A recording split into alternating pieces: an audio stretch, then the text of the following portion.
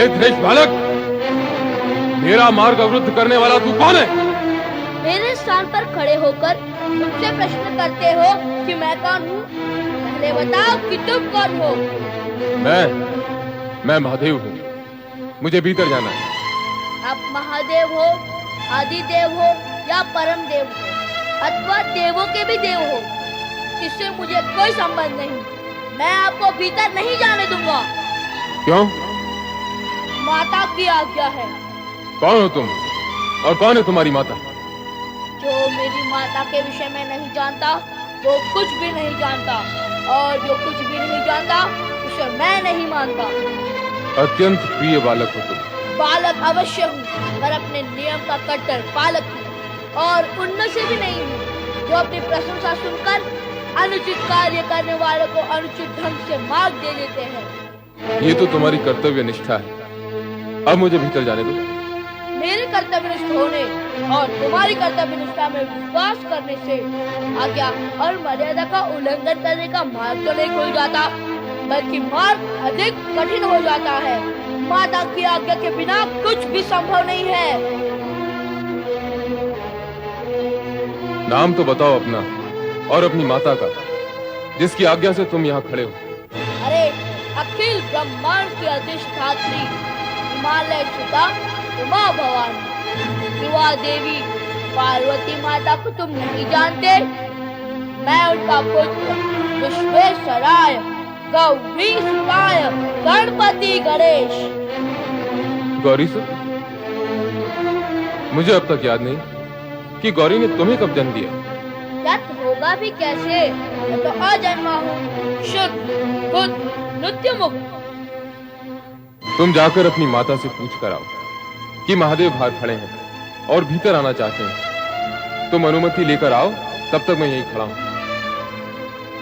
हे जटाधारी महादेव, आप अवश्य ही परम ज्ञानी, ज्ञानी, बुद्धिमान, दिव्य पुरुष होंगे, पर निरा बुद्धिहीन तो मैं भी नहीं हूँ। आप मुझे मेरे स्थान से हटाकर मुझे मेरे कर्तव्य से भी हटाना चाहते हैं। जैसे मैं यहाँ से हटूंगा, आप भीतर प्रवेश करेंगे। नहीं नहीं नहीं, मैं यहाँ से कदापि नहीं हटूंगा। हठी बालक, तू हटेगा कैसे? माता ने डटने के लिए कहा है, हटने के लिए नहीं। ये किससे पाला पड़ गया कैलाशपति? तू जानता है 14 ब्रह्मांडों में मेरे मार्ग को अवरुद्ध करने का दुस्साहस कोई नहीं कर सकता। तू बालक है इसलिए। नहीं तो क्या युद्ध करने का विचार है? आ जाओ। बालक छोटा मुंह और बड़ी बात करता है।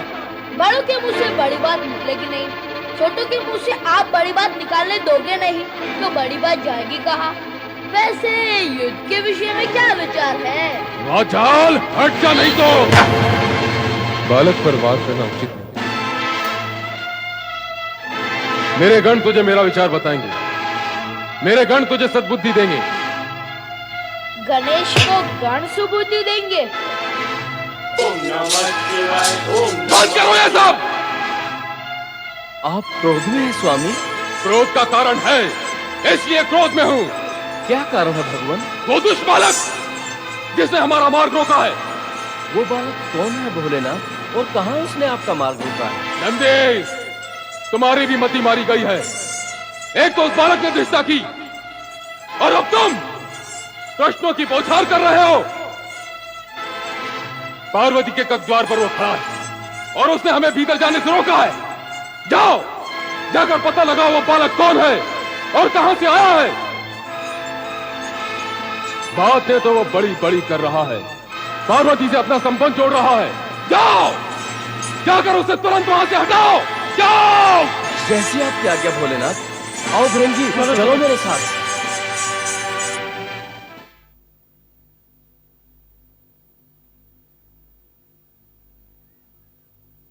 जय माता की।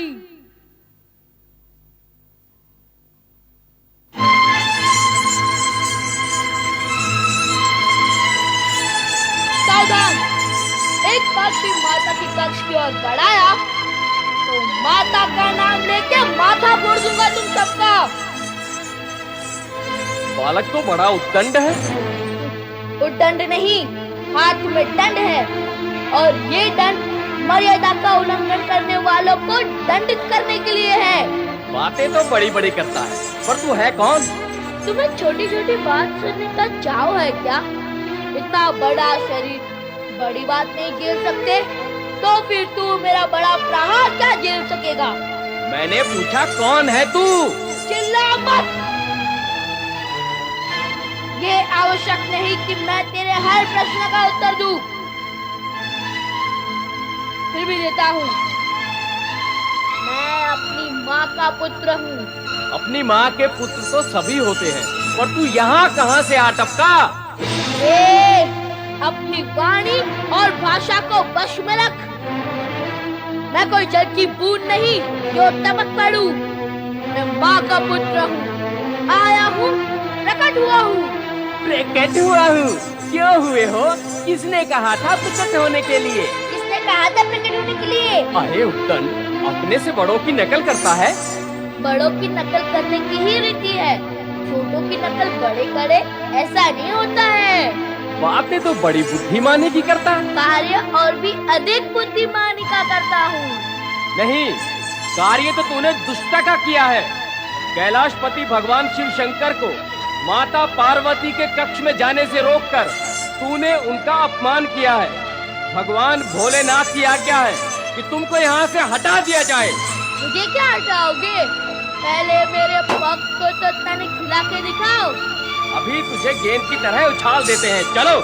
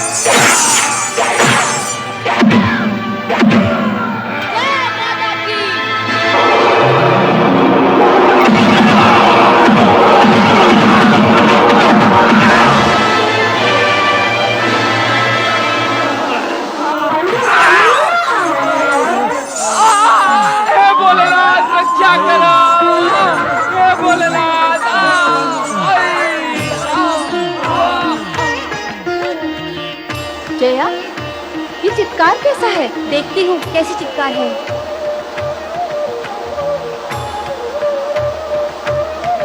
जय माता की।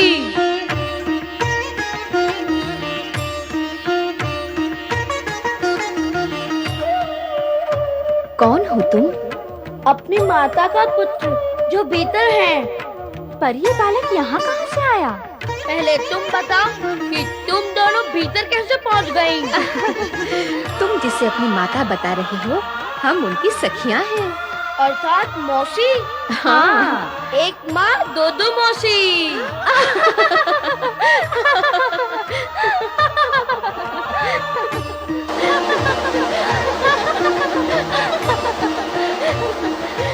तुम गई थी चित्कार सुनकर और लौटी हो हंसते हुए, क्या हुआ? वहाँ बाहर एक बालक खड़ा है, हाथ में डंडा लिए हुए हैं। वो तुम्हें अपनी माता बता रहा है। वह सत्य ही कह रहा है। क्या? हाँ, मैंने ही उसे जन्म दिया है।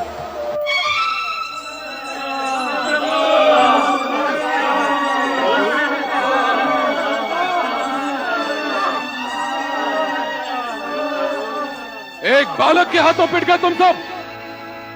ना जानी चाहिए तुम्हें। स्वामी, वो कोई साधारण बालक नहीं है। तो तुम क्या साधारण गण हो? उसके पास अद्भुत और अलौकिक शक्ति है। तुम्हारी शक्ति कहाँ गई? जाओ, जाकर तुरंत उसे पार्वती के द्वार से हटाओ। जाओ। भगवान, वो फिर भी ना माना तो? तो देवी पार्वती से कहो उसे वहां से हटाए। जाओ। इस बार तुम निकट आए या कक्ष की ओर बढ़ने का दुस्साहस किया तो मैं तुम सबको उठाकर फेंक दूंगा।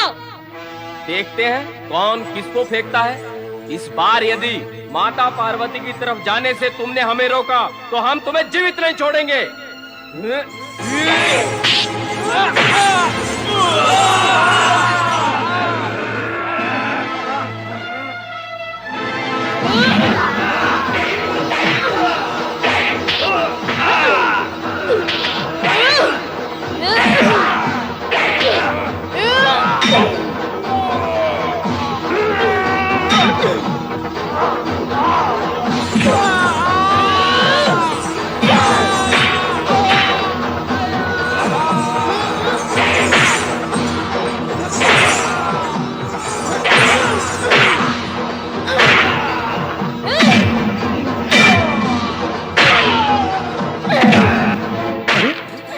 ये कैलाश पर कैसी विचित्र लीलाएं हो रही हैं और भगवान शिव मौन है। देवर्षि, मेरा विचार है कि हमें तुरंत कैलाश पर चलकर स्थिति का ज्ञान करना चाहिए। उचित है देवराज। चलो हम शिवजी से ही पूछते हैं ये क्या हो रहा है, क्यों हो रहा है। नारायण नारायण। कैलाशपति देवाधिदेव भगवान शिव शंकर की जय। हे भोलेनाथ, कैलाश पर यह कैसा उत्पात और आर्तनाद छा रहा है, आप इसे रोकते क्यों नहीं? प्रयत्न तो कर रहे हैं। पार्वती के कक्ष के बाहर एक उत्पाती बालक डंडा लिए खड़ा है। ना वो हमें भीतर जाने दे रहा है ना गण को। अब एक बालक पर हम अपनी शक्ति का प्रयोग कैसे करें? पर यह बालक है कौन प्रभु? और अचानक कैलाश पर कैसे प्रकट हो गया? स्वयं को माता का पुत्र बताते हुए वो पार्वती के कक्ष की ओर संकेत करता है। अब वो वहां से हटे तो हम भीतर जाएं और पूछे पार्वती से कि तुम्हारा ये पुत्र कहां से प्रकट हुआ है। हे भोलेनाथ, आपकी लीला भी न्यारी है। जो माता पार्वती का पुत्र होगा वो आपका भी तो पुत्र होगा। आप तो माता पार्वती से पूछेंगे, परंतु हम सब किससे पूछेंगे? हाय भोलेनाथ, उस बालक से हमारी रक्षा करे। उसकी लाठी में अद्भुत शक्ति है महेश्वर। एक बार और उसके सम्मुख गए तो जीवित नहीं लौटेंगे।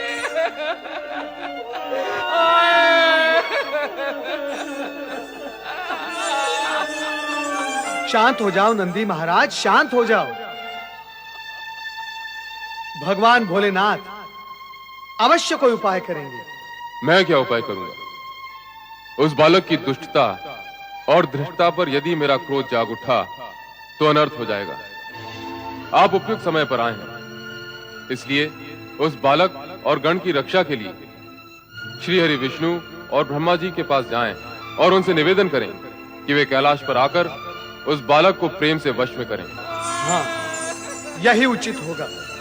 हम इसी समय वहां जाते हैं देवेश्वर।